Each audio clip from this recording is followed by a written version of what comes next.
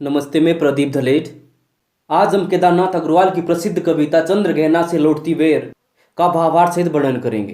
केदारनाथ अग्रवाल प्राकृतिक प्रेमी हैं और इस कविता में उनका गांव की प्रकृति के प्रति गहरा अनुराग व्यक्त हुआ है। कवि चंद्रगहना नामक गांव गए थे और अब वो इस गांव से वापस आ रहे हैं। वापस आते समय गांव की प्राकृतिक सुंदरता उनके किसान मन को अपनी ओर आकर्षित करती है। इसलिए कवि आसपास की प्राकृतिक सुंदरता और खेत खलियान को देखने के लिए दो खेतों के बीच से गुजरने वाले रास्ते में बैठ जाते हैं। इस कविता में कवि की उस सृजनात्मक कल्पना की अभिव्यक्ति हुई है जो साधारण चीजों में भी असाधारण सौंदर्य देखती है और उस सौंदर्य को शहरी विकास की तीव्र गति के बीच भी अपनी संवेदना में सुरक्षित रखना चाहती है। अर्थात यहाँ पर प्रकृति और संस्कृति की एकता व्यक्त हुई है। कविता का भावार्थ से वर्णन इस प्रकार से है।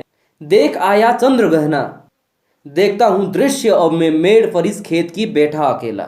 इन पंक्तियों में एक अपरिचित शब्द आया है मेड़, जिसका अर्थ है दो खेतों के बीच में सीमा के रूप में बना हुआ रास्ता। कवि चंद्रगहना नामक गांव गए थे और इस गांव से वापस आते समय गांव की प्राकृतिक सुंदरता उनके किसान मन को अपनी ओर आकर्षित करती है और इस प्राकृतिक सुंदरता को देखने के लिए कवि दो खेतों के बीच से गुजरने वाले रास्ते में बैठ जाते हैं।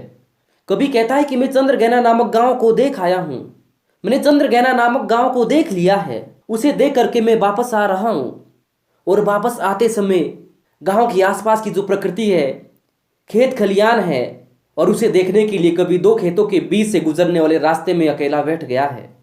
एक बीते के बराबर यह हरा टिगना चना, बांधे मुरेठा शीश पर छोटे गुलाबी फूल का सज कर खड़ा है। पंक्तियों में आए अपरिचित शब्द देख लेते हैं। जैसे बीते, बीते का अर्थ है एक बालिश्त। यह एक बालिश्त एक व्यक्ति के हाथ के अंगूठे से लेकर छोटी उंगली तक की लंबाई का नाप है। ठिगना नाटा या छोटा, मुरेठा पगड़ी या साफा, शीश सिर। भावार्थ इस प्रकार से है। कभी जब चंद्रगहना नामक गांव की प्राकृतिक सुंदरता को देखने के लिए रास्ते में बैठे हैं तो उनका ध्यान खेतों में उग रही चने की फसलों की ओर जाता है। चने की फसल को देखकर कवि का ध्यान चने के एक पौधे पर चला जाता है। उस चने की सुंदरता को देखकर कवि हैरान हो जाता है। कवि ने यहाँ पर चने का मानवीकरण किया है। चने की पौधे की सुंदरता का वर्णन करते हुए कवि कहते हैं कि यह जो सामने हरा चना उगा हुआ है, ये लगभग एक बालिश्त के बराबर है। ये छोटे से कद का है। चने के पौधे में जो फूल आए हैं, उस फूल की तुलना कवि ने पगड़ी से की है। बांधे मुरेठा शीश पर छोटे गुलाबी फूल का।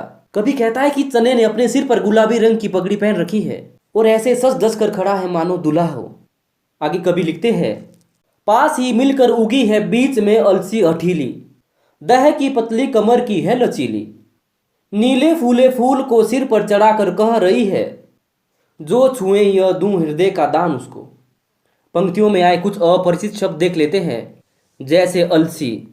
अलसी एक छोटा सा पौधा होता है जिसे आप तीसी भी कहते हैं और इस पौधे पे नीले नीले रंग के फूल आते हैं। हठीली जिद्दी, दह शरीर, लचीली जिसे आसानी से घुमाया जा सके या मोड़ा जा सके। भावार्थ इस प्रकार से है। कभी जब चंद्रगहना नामक गांव की प्राकृतिक सुंदरता को देख रहे हैं तो प्राकृतिक सुंदरता को देखते देखते कवि का ध्यान अलसी के पौधे पर चला जाता है।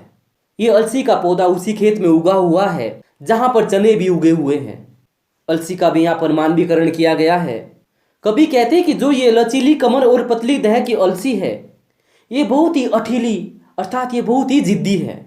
अलसी के पौधे का मानवीकरण करते हुए कवि कहते हैं कि इस अलसी ने अपने सिर पर नीले फूल लगा रखे हैं और ये अलसी यह जिद कर रही है कि जो मेरे सिर पर लगे इन नीले फूल को छुएगा, मैं उसे अपना हृदय दान कर दूंगी, अर्थात मैं उसके साथ शादी कर लूंगी। आगे कवि लिखते हैं, और सरसों की न पूछो हो गई सबसे सयानी, हाथ पीले कर लिए है ब्याह मंडप में पधारी, फाग गाता मास फागुन आ गया है आज जैसे। अब कभी जब खेत में बैठ करके गांव की प्राकृतिक सुंदरता को निहार रहे हैं तो कवि का ध्यान खेत में उग रहे सरसों की ओर भी जाता है और सरसों को देखकर उनका मन मोहित हो जाता है। यहाँ पर कवि ने सरसों का भी मानवीकरण किया है। कवि कहते कि सरसों की तो बात ही ना करो, सयानी अर्थात जवान होना, कि ये सरसों तो अब जवान हो गई है। सरसों के पौधे पर जो पीले पीले फूल आए हैं उन्हें देख करके कवि को ऐसा लगता है मानो सरसों ने अपने हाथ पीले कर लिए हो, अर्थात सरसों ने अपने हाथों में मेहंदी लगा ली हो। तो कवि कहते हैं कि ये सरसों सयानी हो गई है, ये सरसों तो जवान हो गई है और अपने हाथों में मेहंदी लगा करके ब्याह मंडप में आ गई है। कवि के कहने का अभिप्राय यह है कि जो सरसों की फसल है वो पक करके तैयार हो गई है। फाग एक गीत है जो होली के दिनों में गाया जाता है और मास का अर्थ महीना है। ये सारा प्राकृतिक दृश्य को देख करके कवि को ऐसा लगता है मानो होली का गीत गाता हुआ फागुन का महीना आ गया हो। आगे कवि लिखते हैं, देखता हूं मैं स्वयंवर हो रहा है, प्रकृति का अनुराग अंचल हिल रहा है। इस विजन में दूर व्यापारिक नगर से प्रेम की प्रिय भूमि उपजाऊ अधिक है। पंक्तियों में आए कुछ अपरिचित शब्द देख लेते हैं। यहाँ पर में दो मात्राएं होनी चाहिए। अपरिचित शब्दों में स्वयंवर, स्वयंवर से हमारा अभिप्राय उस वर से है जो कन्या स्वयं अपने लिए चुनती है। अनुराग, प्रेम, विजन, जहाँ पर लोग न रहते हो।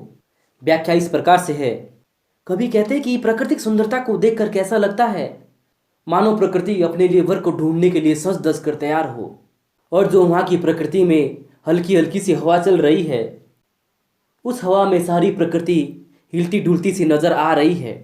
और इसे देख करके कवि को ऐसा लगता है मानो प्राकृतिक रूपी नायिका का जो आंचल है वो प्रेम से हिल डुल रहा हो।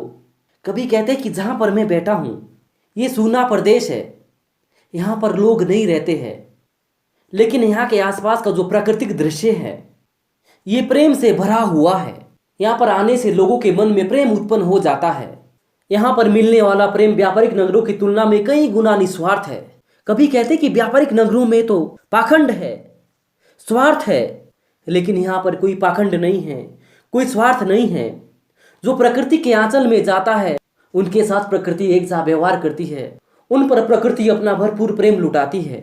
नगरों के पाखंडपूर्ण स्वार्थ में व्यापारिक जीवन की तुलना में यहाँ के प्रेम की प्रिय भूमि कहीं अधिक उपजाऊ है। आगे कवि लिखते हैं, और पैरों के तले है एक पोखर, उठ रही इसमें लहरिया, नीले तल में जो उगी है घास भूरी, ले रही हो भी लहरिया। पोखर अर्थात तालाब। भावार्थ इस प्रकार से है, कवि जहाँ पर बैठे हैं वहाँ के पास ही एक छोटा सा तालाब है। उसे देख करके कवि कहते हैं कि मेरे पैरों के निकट ही एक छोटा सा तालाब है, और हवा चलने से इस तालाब के पानी में हल्की हल्की सी लहरें उठ रही है।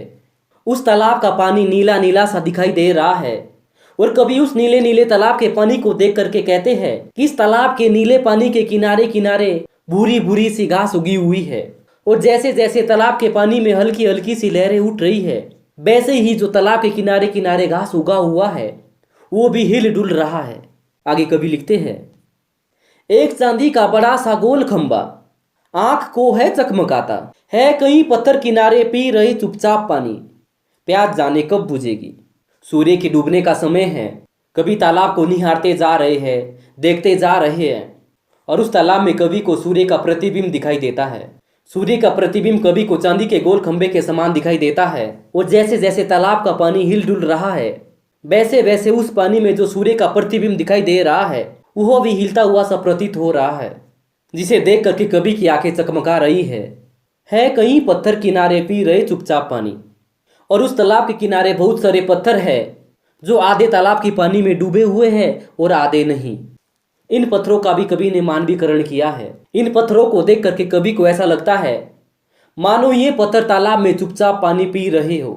कवि बहुत समय से वहां पर बैठे हैं और ये पत्थर तालाब से ऊपर नहीं आ रहे हैं, तो कवि सोचते हैं कि ये पत्थर बहुत पहले से पानी पी रहे हैं और पता नहीं इनकी प्यास कब बुझेगी। आगे कवि लिखते हैं, चुप खड़ा बगुला डुबाए टांग जल में, देखते ही मीन चंचल ध्यान निंद्रा त्यागता है, चट दबाकर चोंच में नीचे गले के डालता है।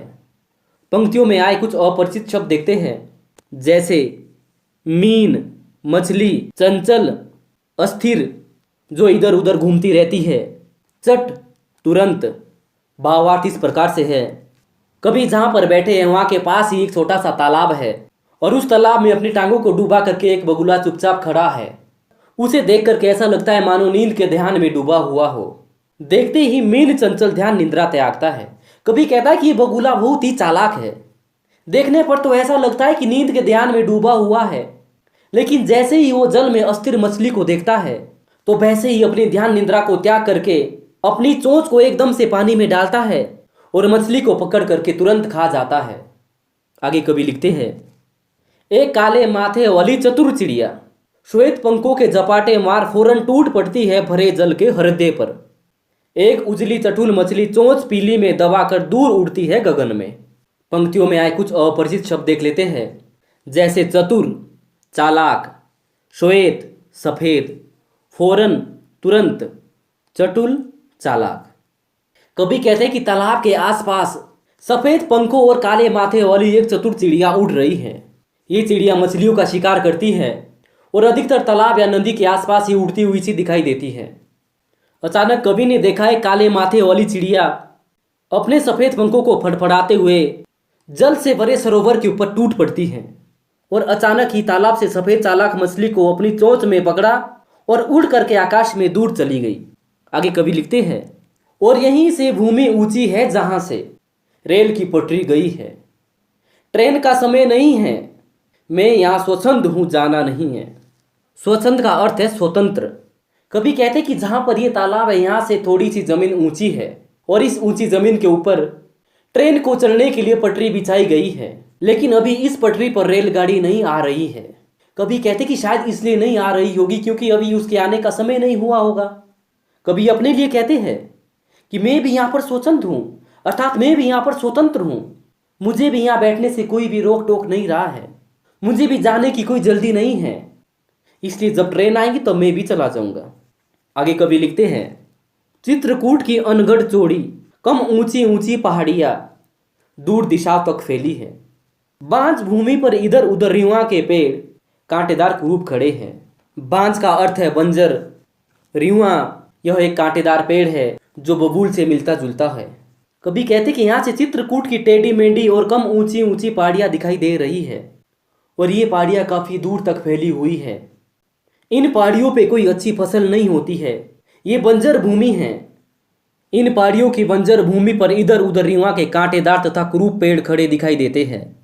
आगे कवि लिखते हैं, सुन पड़ता है मीठा मीठा रस टपकाता सुग्गे का स्वर टें टें टें टें। सुन पड़ता है वनस्थली का हृदय चीरता उठता गिरता सारस का स्वर टिरटों टिरटों। सुग्गे अर्थात तोता, वनस्थली जंगल। कवि कहता है कि मुझे मीठा मीठा रस टपकाता हुआ तोते का टें टें का स्वर सुनाई दे रहा है और तोते के टें टें के स्वर के साथ साथ सारस का टिरटों स्वर भी सुनाई दे रहा है। जो ये सारस का स्वर है ये कभी मुझे उठता हुआ सा सुनाई देता है और कभी गिरता हुआ सा, अर्थात ये कभी मुझे कम सुनाई देता है तो कभी अधिक तेज सुनाई देता है। ये सारस का स्वर मुझे जंगल के हृदय को चीरता हुआ सा प्रतीत हो रहा है।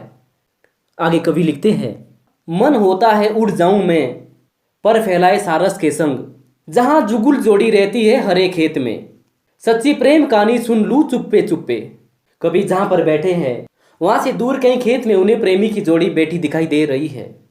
अचानक उनके सामने से सारस उड़ता हुआ दिखाई देता है तो कभी सोचते हैं, अगर मेरे भी पंख होते तो मैं भी अपने पंख को फैला करके सारस के साथ उड़ जाता और उड़ करके उस हरे खेत में बैठ जाता जहां पर ये प्रेमी जोड़ी बैठी हुई है और मैं चुपके से उनके सच्चे प्रेम की कहानी सुनता।